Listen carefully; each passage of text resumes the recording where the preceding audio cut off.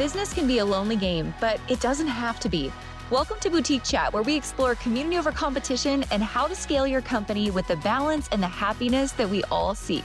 We'll hear from product-based businesses of all types, retailers, e-commerce, and wholesale brands, along with industry experts shaping the future of our industry. I'm your host, Ashley Alderson from the Boutique Hub, and I can't wait to chat.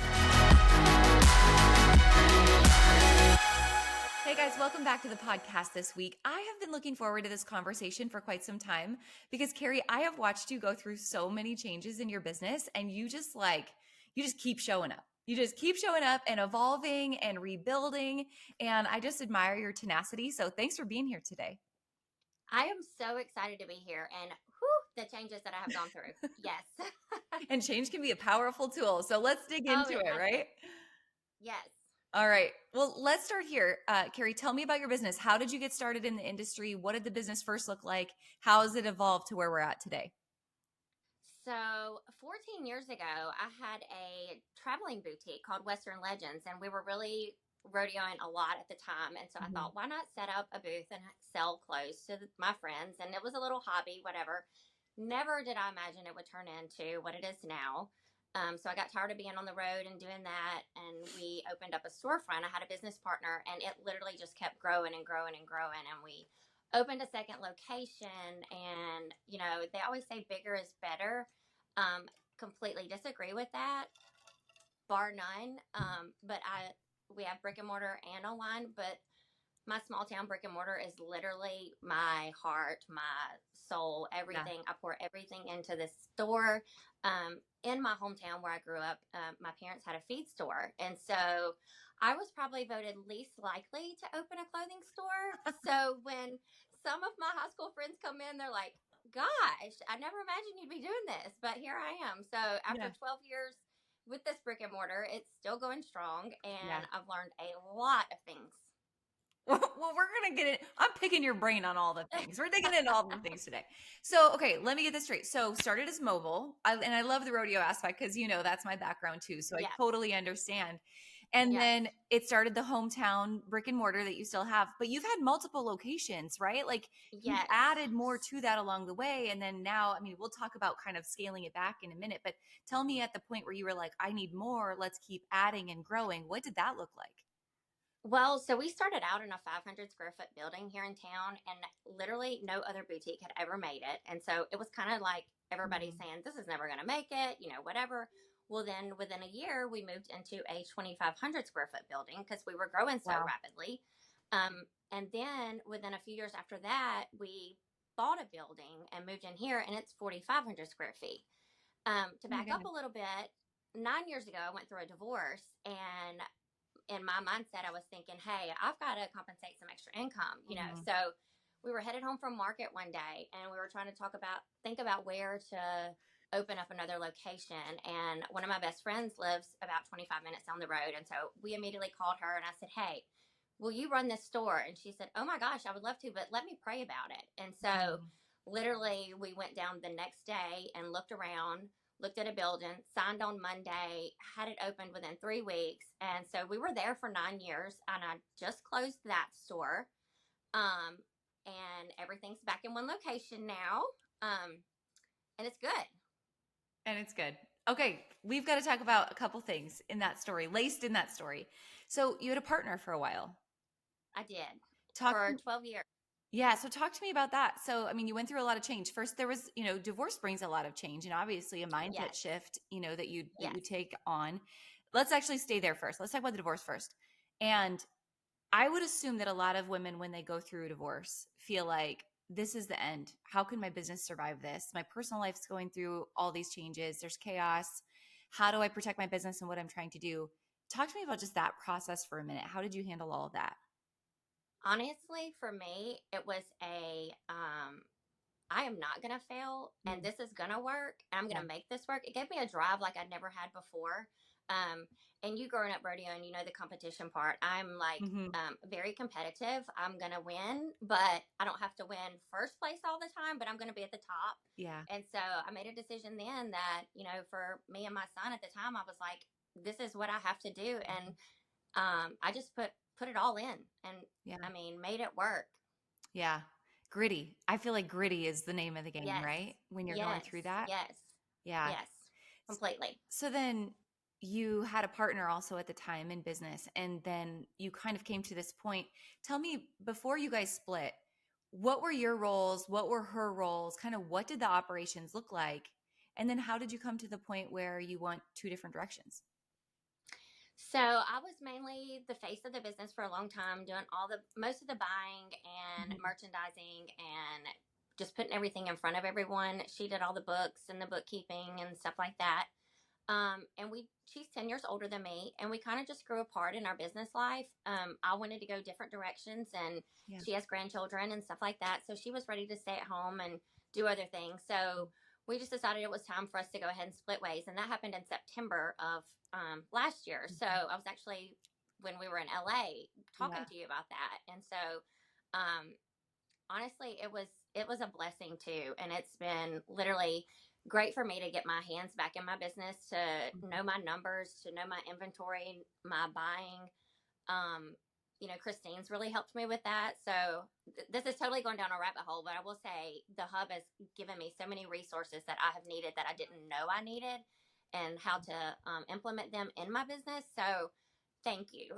Uh, well, you're welcome. I mean, thanks for being present. Like you keep showing up, like the gritty piece, right? You keep showing up and asking questions and getting involved. And for everyone who doesn't know, so Kary, you were at the mastermind event that we were hosting in LA, and I'll never forget looking at you sitting on that couch, and everyone was kind of going around the room and talking about what they were going through at the time and what they needed help with and whatever.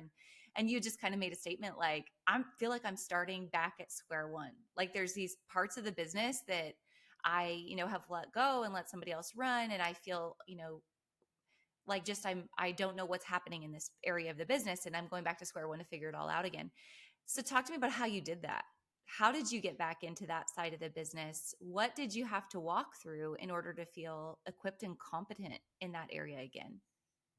Well, I mean, literally in September when I came to Yeah. LA, I was thinking, I'm so unworthy of being here. I don't know Oh, all my numbers. I don't know all of this stuff, no. but it gave me, again, that grittiness that I was like, okay, I'm going back home and I'm figuring out Yeah. exactly where I need to be, what I need to be doing. And I've just gone back to the basics, literally. And it feels great going back to the basics. And I know Yeah. sometimes you forget about those little things that you really need to be doing yourself. Yeah. And hiring out is great, and I do have a lot of that hired out. But there's so many things that us as business owners and boutique owners, we have to just show up and be present as far as that. So after I left LA and my business partner and I split, um, I've then closed the second location. I Mhm. lost my store manager. So I have literally gone back to, I'm taking all the pictures, showing up early to get things done, being present in the store. And Mhm. my people love to see me in the store. And just because I'm relatable, and my customer is close to the same age as I am, 45 years old, 30, or even to 50 to 60. And it's that casual but cute, sassy chick that wants to be all the things, but yet the comfort wear too. And her name is Angie. Yes. Angie, I love these customer personas. Like you're making my heart Yes. sing right now. Yes. So I never had that before the hub either. And the girls in the mastermind have really encouraged me to sit down and find my Yeah. girl and who she is and buy for that. I kind of have a couple, but like she's the main one, I think. And then it just goes down from, the list. Yeah. You know what's so interesting about like when I think about that room, and I think there's always, the question of like, what's it like to be in a room like that?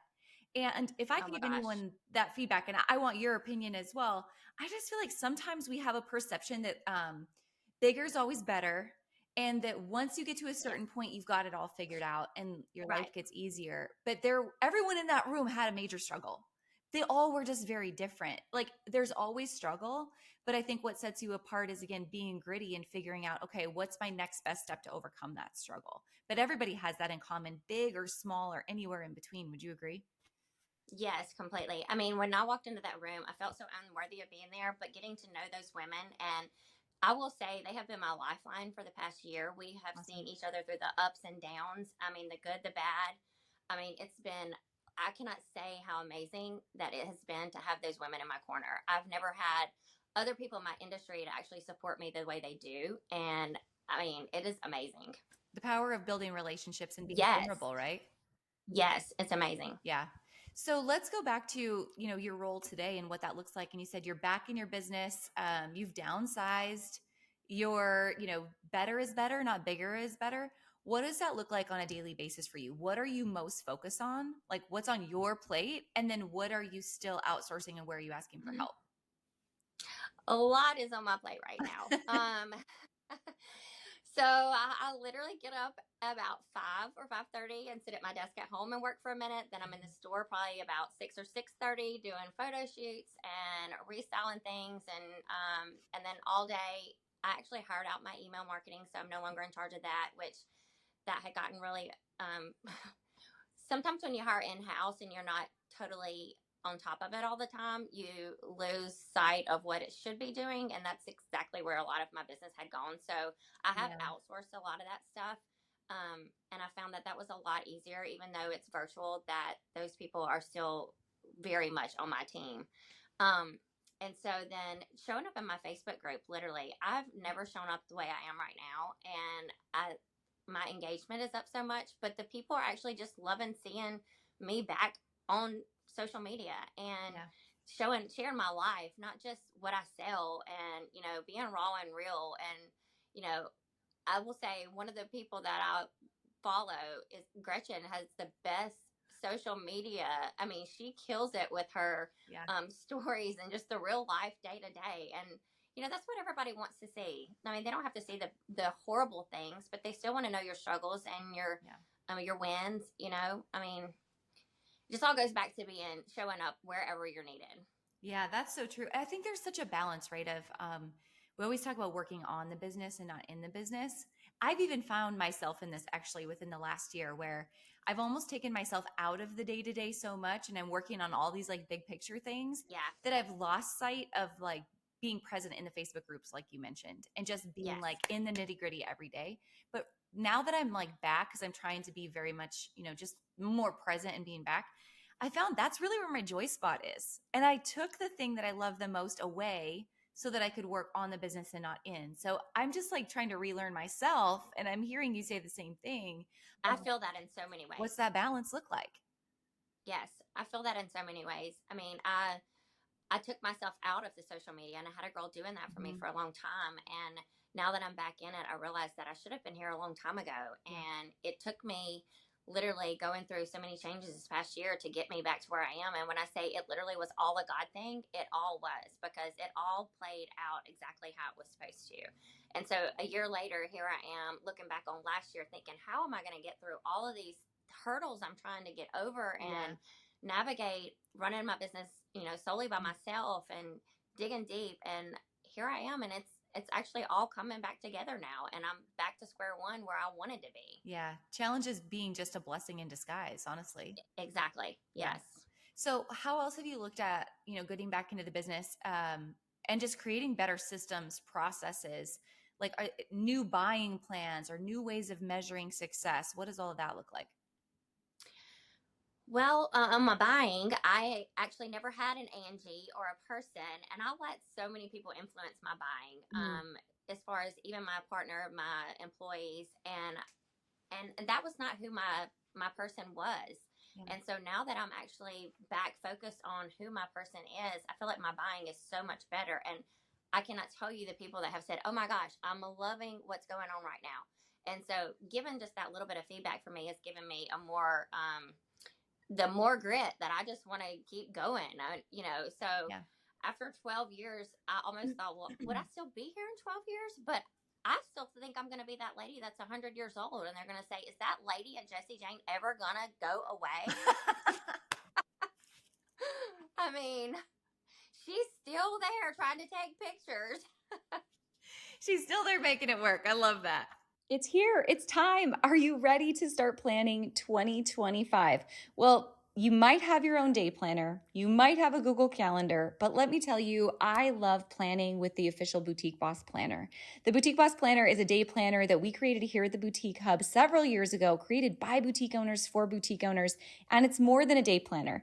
Inside of the Boutique Boss Planner is not only your opportunity to operate with a normal day planner with your hours and your time blocks, but it's also a boutique owner's go-to resource. Inside, there's inventory tracking, social media tracking, monthly reminders and to-do lists, all kinds of information on how to host a month in review to really track what worked and what didn't in your business this month, but also a planning sheet on how to get ready for the next month in your business. Even if you're going to market, even if you're getting ready for social media content, there's tools, tips, and ideas and checklists to keep you on track and organized all year long inside of the Boutique Boss Planner. So check out the link in the show notes for access to the 2025 Boutique Boss Planner, or visit boutiquebossstore.com. What advice would you give to others, as you're going through all of this change, navigating this change? You still have a team, right? You still have employees. I do. I have 4 part-time girls, so it's a Mhm. very small team right now. Yeah. They're all super fantastic. So I love the small team right now. Of course, during the holiday seasons, I'll have to Mhm. amp that up. But Yeah. and also this year, I've kind of had a little bit of anxiety because of my fourth quarter. Going into fourth quarter, I'm doing a pop up at Mistletoe in Jackson, which is about an hour and a half Mhm. north of me, that the Junior Auxiliary puts on, and it's a huge show. I applied back beginning of the year thinking I'll never get in that because it's really hard. Well, I got in. And so it's Yeah. the first week in November. Then it's followed by Pink Friday. And then it's followed by Black Friday. And then it's Christmas. And I'm like, oh my gosh, anxiety just sit in and like took over. You're going to need a little more help, right? Yes. Yes. But um, so I am excited about the fourth quarter too, as far as that. But my employee wise, I don't really have anybody that's doing specific things right now besides my inventory manager, and Mhm. she is part time too, but she does all the inventory stuff, and then I'm literally just taking care of everything else right now until I can get back to past square one to square two, I guess. Yeah. How have you, through this change? I mean, it's navigating your team relationships and getting back, into the business. What about vendor relationships and brand relationships? How have those changed along the way as well? Honestly, I've always had a really good relationship with a lot of my major brands, Hmm. and I love that we have a one-on-one relationship with them. Yeah. So we've had a couple viral products that went live, and so Mm. I love that they share my social media posts, and that is something that I don't think they've ever done before. And I'm like, oh my gosh, dear Scarlett tagged me in their story. That's fantastic. So Yeah. seeing the little things like that with my vendors makes me really happy too, and I know that they care about their customers just like we love their products. So Yeah, absolutely. Well, take me behind the scenes in your business for a minute. What does your tech stack look like right now? What channels, like your point of sale system, what are you using for email marketing? Tell me about that inventory flow and what processes you're using there. So we use Shopify for our POS, Mhm. and that's also where my website's powered through. And then we have Klaviyo for our text and emails, which is really, really good. We've also always generated a lot of sales through our emails, and so this past year, I will say one of my challenges has been my email marketing lady that was doing that. That's no longer with me. It has gone way down. So I am so excited about building that back up. There's just so many changes that I'm excited about going forward with, especially Mhm. in my everyday inventory and stuff like that. I have cleared out a lot of inventory that I know is not my person, and tried Yeah. to, just totally eliminate that. I want people to come in and say, "Oh my gosh, I can totally relate to every piece of clothing she has in here," Yeah. and that's my person. So good. You've cleaned out technology, staff, clothing, getting all the way back to really Uh, managing who your people are. And before I hired Christine, we were talking about, she was asking me about in my inventory, my tops and bottoms and all that. I'm like, I have no idea what you're talking about. So I was just buying to buy and Mm. not keeping up with anything. And so once I categorized my 11 categories, I mean, I know where I need to buy, and I know where I don't need to buy, and I know where I need to eliminate several things. And that's something in my business prior to January, I had no idea what I was doing with that. Yeah. And just so everyone knows who's listening, she's talking about Christine Gray with She Profits Now, who's been a huge part of the Boutique Hub and a huge part of our mastermind program, who can help dig into all those things. Mary with Management One also, has been Yes. instrumental with all of that as well. So you mentioned a minute ago, thinking about like tech stack and email marketing. Let's talk social media for a second. You said you're putting yourself back in social media, back in the Facebook groups. What channels are you all marketing on, and what's been your most impactful channels that you're on? Um, so I just actually got on Pinterest, so I've not been on Pinterest, so that's new for me. But I'm excited to go there. Yep. But my Facebook group is the most active, of course, and Instagram. Mhm. And I will say that literally just showing up and doing the so we used to do lives all the time before Yeah. COVID, and then kind of through COVID we kind of still stayed a little bit, and then we just fell off with that. Yeah. And so I've started back trying to go live, trying to get on the schedule with that. And I forgot how much I love that. Yeah. Like it used to be like, oh my gosh, I have to go live now, but and I think it's just so much has changed in my mindset. And I said this to somebody this week about my mindset's just totally changed, and I'm enjoying being back on social media, on my Facebook group, and in the lives, and not just selling the product, but just showing up and hanging out with everybody. Yeah. Do you think that's a huge piece of just like showing up and having that new mindset? Is the focus is off of just like the business operations and the outcome of the business, Exactly. and it's back to this is my customer. How do I absolutely serve them and give them service in a whole new way? Right. And that's one thing that, so we never did fit videos. I never did anything like that before. My social media girl didn't really want to do any of that either. And so when she left, I was like, okay, I'm doing what I want to do again. Yeah. I want to do lives, and I Yeah. want to do the fit videos, and I've got to get better at it. But like that has literally made me happy and my heart happy and smile and just showing up and loving it again. I feel like this whole conversation is just simply about like bringing the joy back to your business. Exactly. And I will say, so this is really crazy. I don't know if I'm going down a rabbit hole or not, but so I read this devotion every day. It's a Charles Stanley on Holy Ground, and I've been sharing it in my Facebook group. Yeah. And so everybody kept asking me what that book was. So instead of telling them, I was just gifting it to them. Well, literally one day I had over 200 women want a copy of that book. So the copy is no longer, the book is no longer made because I've had it since 1999, and it's seen me through the ups and downs. And so I bought all these books off this thrift bookstore. I even called the Wow. publishing company to see if they could republish the book because I was like, I want to get this book out to everybody. And that is one thing I will say, that the women have just related so much to just being vulnerable about what's going on in your, even my Christian life, or the struggles that we all have, that we're like, hey, yesterday I had a lady that came in and talked about divorce as she was walking out the door. And that was my opportunity to, assure her that, hey, it's all going to be okay. You're going to be fine.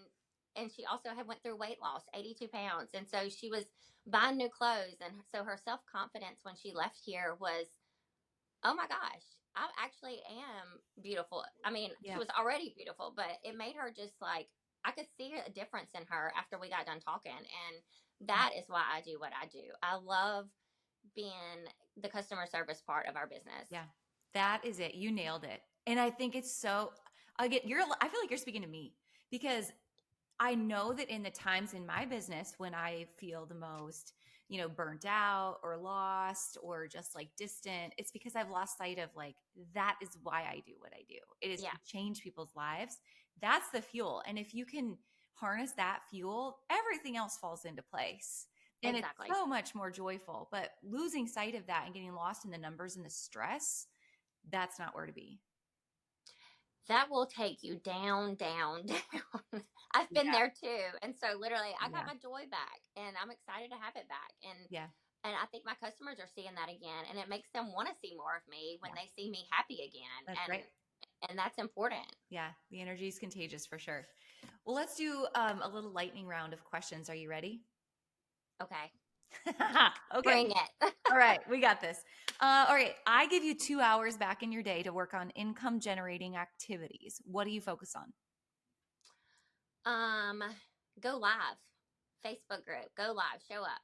The whole thing I just said, like literally I'm clearing out some things, or not the new arrivals because they're going to sell themselves, but the Yeah, things that have been sitting in the store, just go live and show it to the people again, and be present again yeah. for the whole 2 hours till your mouth is dry. So good. All right. What's the hardest business lesson you've had to learn? The hardest business lesson I've had to learn has probably been not let others influence me Mm, in the way I want to run my business and my vision that I had in the very beginning. To stick to that, like in your heart mhm. who you want to serve and how you want to serve them, Yeah. and I feel like that if you lose sight of that, it's gone. So I just wanted to go back and be that person again, and focus on what my passion really was in the beginning, which was serving other women and helping them feel self-confident, Yeah. and I love it. So good. What's a retail metric or any metric in your business, like a number, scorecard, whatever, that you live and die by? um Probably. Well, you talked about your buying plan with Christine. So Oh, is it a profitability number? Is it a cash flow number? Is it an inventory number? Traffic? It's a profitability number, and also my traffic and through store. And I actually like to keep up with that daily, because even though I am online, I want to see my traffic, my people come back in the store. So when that starts going down, I mean, my online presence does give them a reason to come in the store, Yeah. but I want them to still come in and shop small and stay in town. And so I think Mhm. that's important. Yeah. What's your best advice for retailers who are listening that are maybe stuck right now or facing a big change or just wondering like, what's the next step that I need to take? What's the best advice you could give them? Um, just stay true to who you are. And I mean, it falls into place if you can just go back to the basics. And even if you lose that sight, go back to the basics, start over, keep your focus on exactly why you started. I know I said that before. This is literally just like a rabbit hole I've gone down, but I cannot stress that enough. Like, I think Yeah. so many times we get wrapped up in the numbers and the money and the selling and Mhm. all of that, that we forget why we even started. And Yeah. I see that so many times in so many large boutiques that I've looked up to for so long, and I see them going back to that as well. So I don't think that it's just myself that's doing that. I think a lot of us are going back to being true to ourselves, and Mhm. finding that niche again. And so, Yeah. I mean, you have to pivot where it pivots, and then it all falls back into place again. I keep hearing people say back to the basics. I think you said it a little bit ago. And that seems to be the most common thread I hear from business owners right now is just back to the basics. And I think you hit on like, that's what that means. What does back to the basics mean? It means going back to who you are, why you started, who you serve, what fills your cup up with joy, and then the most basic processes of measuring traffic, cash flow, inventory, making sure you have those numbers that you're actually tracking on a regular basis and staying there, right? Right. Very good. That's probably been one of my biggest challenges, though, is tracking my inventory, and that, because that's something I've never done at all. Like I said, I had a large Mhm. buying problem, and we would just buy, buy, buy, buy. And so really digging into my inventory has helped me with that as well. And I mean, it's, if you're not into your numbers and your inventory, you need to get there. It's Amen. completely changed my business. All right. Well, Kary, this has flown by. This has been so good. I'm so glad that you joined the podcast today. I have one last question for you before we wrap up. And it's kind of like the bigger question, right? And I know you and I both probably agree like this business is about obviously way more than the clothes you sell and the, fidget spinners and all the random things that become trendy throughout our time in retail. So you're fast forward, down the road, 20 years, 30 years down the road, and everyone's wondering, that Jessie Jane girl, she just lasted forever. And you're, you're talking to your friends and your family about, the life you lived and the business that you had. What's the thing that you want people to remember the most about you? Um, I want them to remember that I served my community well, and that I was a provider of not just the clothes, but a safe place for women to come and Mm, hang out. I mean, I say it all the time to people that come through the door. I'm like, you don't have to buy anything, just come hang out. And our store's really big, so we do have a lot of people that just come in, they're killing time or waiting on mm, car line, or whatever. And I love that they know they can just come in and hang out, or have an issue or a problem, and we're always here just to have a conversation with you. And if I can encourage them, perfect. But I want that to be something that I'm known for, as well as the self-confidence that we give other women. But I love that part of my business. so good. Well, Kary, thanks so much for being on the show today and for being such a huge part of the Hub community and being a light for others and just sharing your message today. This has been really awesome. I enjoyed it so much. Thank you. Thanks for listening, guys. I hope you took away all kinds of nuggets and new ideas from this week's episode. Don't forget to subscribe and leave a rating and review. We love to hear your feedback and give you a chance to be featured on the show each and every week. For more information on our spirit of community over competition and to access guest downloads and bonuses and all the resources we talked about on the show, head on over to theboutiquehub.com and join the community. We'll see you next week.